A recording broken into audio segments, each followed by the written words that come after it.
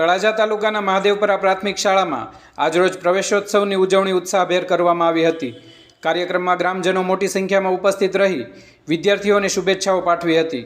પ્રવેશોત્સવ કાર્યક્રમ દરમિયાન વશરામભાઈ સોલંકી તથા ભરતસિંહ સોલંકીના સહયોગથી બાલવાટિકાના તમામ બાળકોને સ્કૂલ બેગ અને સ્લેટનું વિતરણ કરવામાં આવ્યું હતું, તેમજ શાળા અને બાળ મંદિરના તમામ વિદ્યાર્થીઓને સૂકો નાસ્તો આપવામાં આવ્યો હતો। આ ઉપરાંત ડૉક્ટર મેઘજીભાઈ ઘોઘારીના સહયોગથી તિથિ ભોજનનું આયોજન કરવામાં આવ્યું હતું।